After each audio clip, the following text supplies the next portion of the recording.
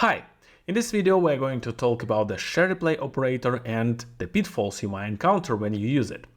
The ShareReplay operator is a great way to improve the performance of your RxJS stream by caching the result of some expensive computational operation or side effect and share this result among all the subscribers to your observable. A real-life example might be HTTP calls. For example, here I've got the observable that performs HTTP calls based on the emitted search configuration object. Because I subscribe to this observable multiple times in my component template, there will be performed two identical HTTP calls, which is not really desirable behavior.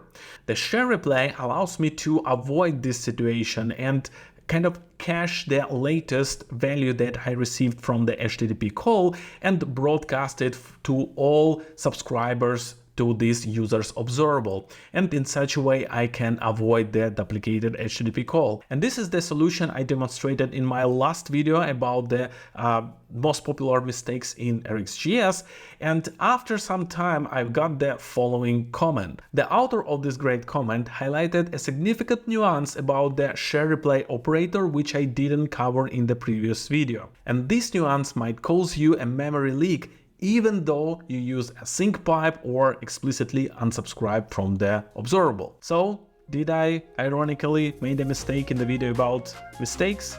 Well, this is what we will figure out in this video. So continue watching, it will be really interesting because in the end we will implement our custom version of the ShareReplay operator and learn in depth what is going on there and why it might be so dangerous.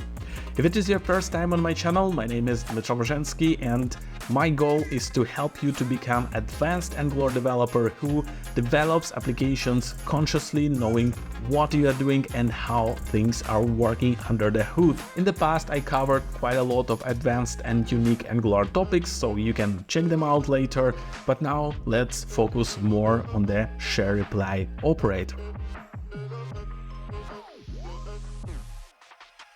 Okay, so what is the problem here and how the hell could memory leak happen if we use the async pipe that's supposed to automatically unsubscribe from the stream when the component is destroyed? So let's make sure that it is indeed so and we have a memory leak, and for that let me simulate a slow network maybe, and then let's trigger the HTTP call and immediately destroy the component.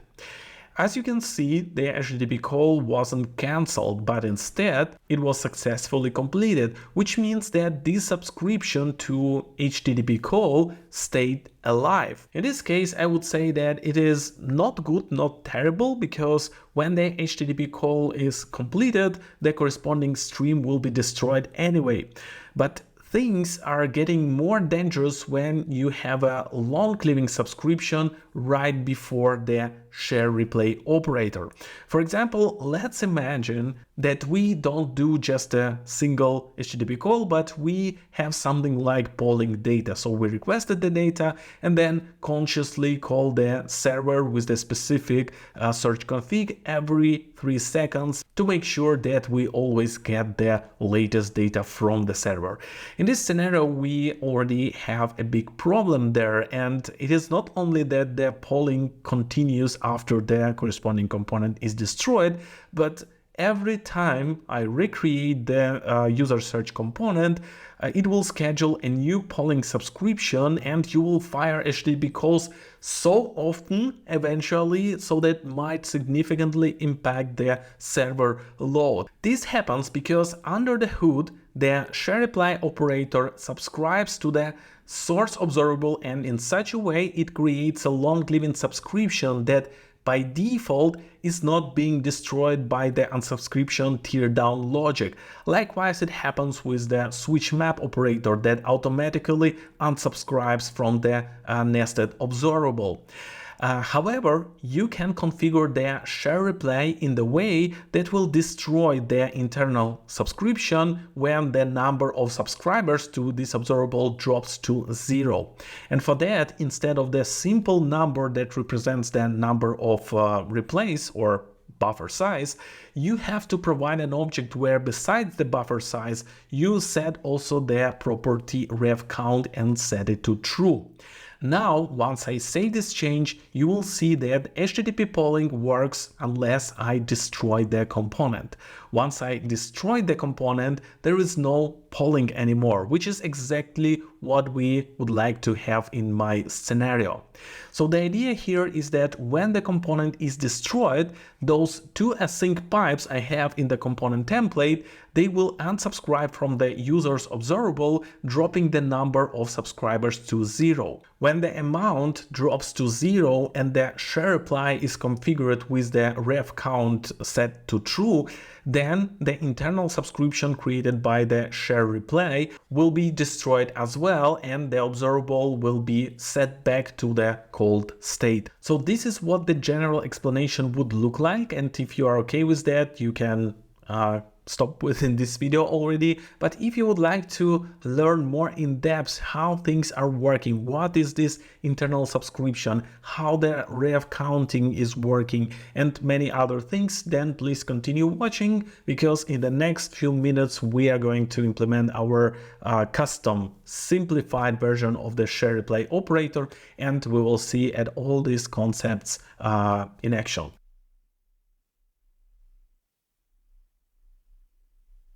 So let's get started, and let's get started with the operator, with creating the custom operator, and operators in RxJS, it is nothing else other than simple functions. So let's create the one somewhere here below, and this function should return the monotype operator function. This monotype function is generic, so let's make it generic as well. And now we see the error because we actually don't return anything that matches this type.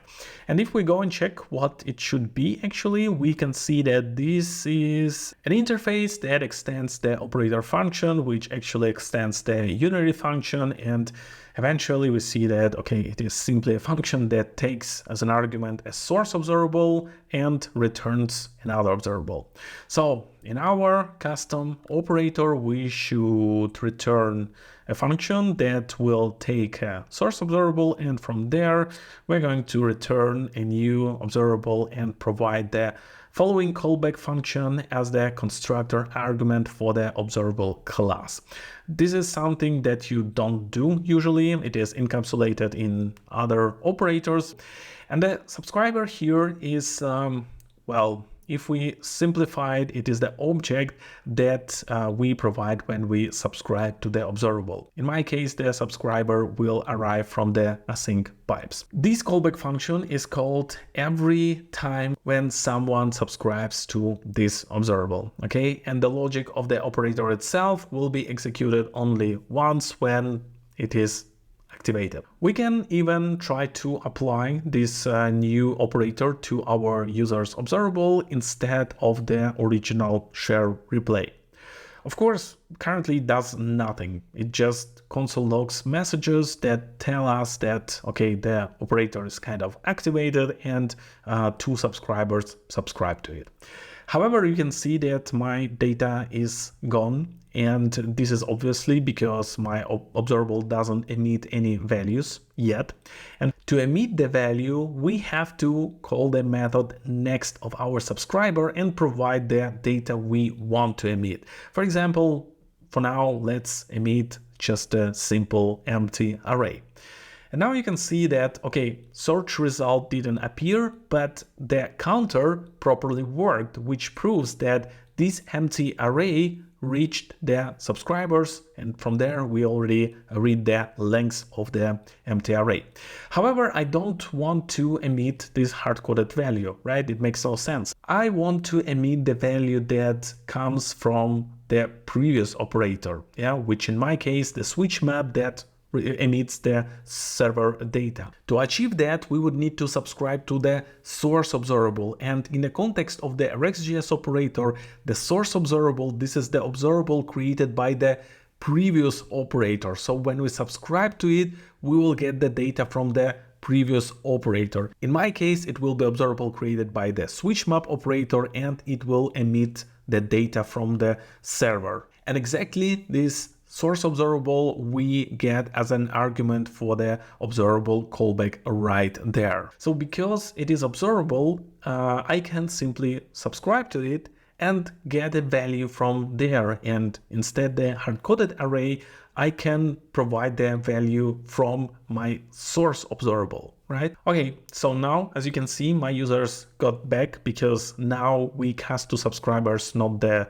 hard-coded empty array, but the data we received from the previous observable, from the source observable, which received data from the server and so on. However, as you remember, because this callback is executed every time a new subscriber arrives, it means that we subscribe to the source observable 2 times, which leads to multiple HTTP calls. So same situation we had initially before applying the original ShareReplay. So to avoid this behavior, we would need something that would subscribe to our source observable only once, saves or caches the latest value it received from the source observable, and then it just replay this value to every new subscriber. In RxJS, we have such a guy that can replay values. This is the replay subject. So let's create the one somewhere here and assign it to something like variable or constant with a name connector. So now when the subscriber arrives, the value will be replayed from the connector instead of the source, okay? But this is not enough because replay subject has nothing to replay currently, and that's why our data is gone again. But okay, what should we replay from the replay subject? That will be the data we received from the source observable. And that's why we have to subscribe to it. And because we want to subscribe only once, I do it inside the operator function that is called only once.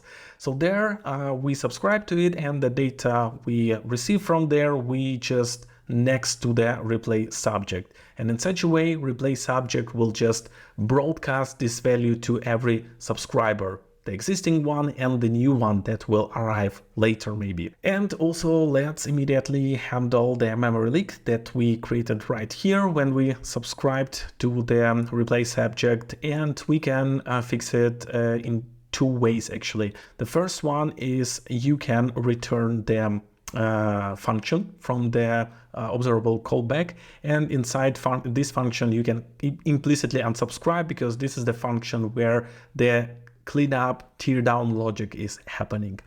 Or you can simply return the subscription from the observable callback, and in such a way you will get the same result but in shorter way. And if we save this current implementation right now, you will see that we fixed the issue with duplicated HTTP calls, and currently it behaves pretty much the same as the default ShareReplay operator with value 1. This means that if I destroy the component, the polling will not be destroyed, and it will stay calling the server over and over again.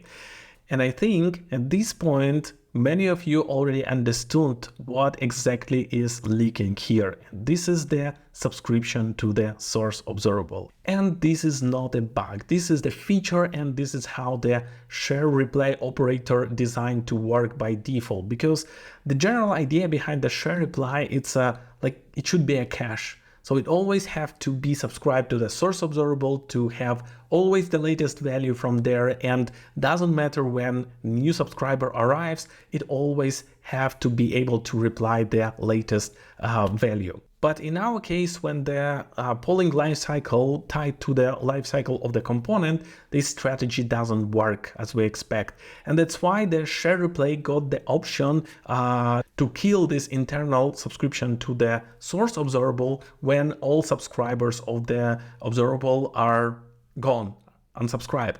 And this is where the concept of the ref count comes into play. And this is actually a very simple concept. The ref count, it's just a simple counter that has initial value of 0 that shows how many subscribers currently subscribe to this observable. And when a new subscriber arrives, we just have to increment it. And when subscriber unsubscribes, we should simply decrement it. But how we can hook up in this moment when the subscriber unsubscribes from the observable? Well, we could again fall back to the cleanup function and perform these operations right there.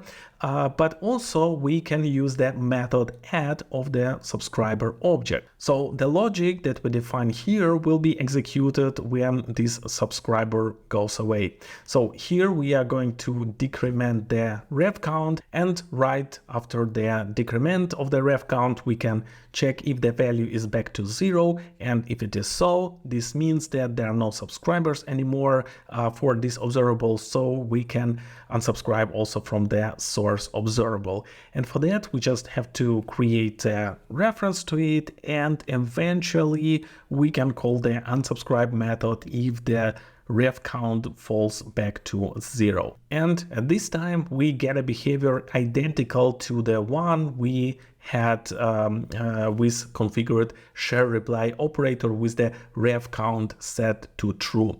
So now you can see that my data polling works right until I destroy the component. Once I destroy the component, the async pipes will unsubscribe from my observable that I returned from my custom operator, and the ref count in such a way drops to 0, triggering the unsubscription from the source observable. And that's why we don't see any HTTP calls anymore. Okay, I hope at this point everything is pretty much clear. Actually not sure if you like this approach when we build from scratch the thing that we're going to learn. I don't know if it helped you to understand better the concept, so please let me know in the comments and let me know if I should continue with this approach in the future. Because I personally like this approach when you're learning things by doing this. And if you like this approach as well, you will probably also like the sponsor of this video, and this is the platform Brilliant, where you can learn a lot of things related to computer science, math, and many more. At Brilliant, you can learn computer science and math fundamentals, algorithmic thinking, and AI topics. And of course, you can learn languages like Python. The interactive and hands-on approach makes learning on Brilliant easy and engaging, helping you to grasp concepts deeply. To try everything Brilliant has to offer for free for a full 30 days, check the video description where you can find a special link, brilliant.org/decodedfrontend. Click on it and you will also get 20% off for the annual premium subscription. Alright guys, thanks for watching, and before you go, I have a quick announcement, and this is really a cool thing because you have been asking me about that so many times, and finally it is there. So, starting from the last week, the Decoded Frontend Angular community is available on the Discord. Here you can see the QR code that you can scan right now, and you will be redirected to our server where you can join the discussions about Angular, you can ask your questions, or you can just get connected with awesome Angular developers around the globe. And there I will be publishing also small parts of videos that were not included in the final videos like this one. For example, some parts that were not included in this video, they will be exclusively available on the Discord. Also, you can check out my video courses about Angular that can really level up your Angular skills to the next level. Otherwise, I wish you productive week ahead, stay safe, and see you in the next video.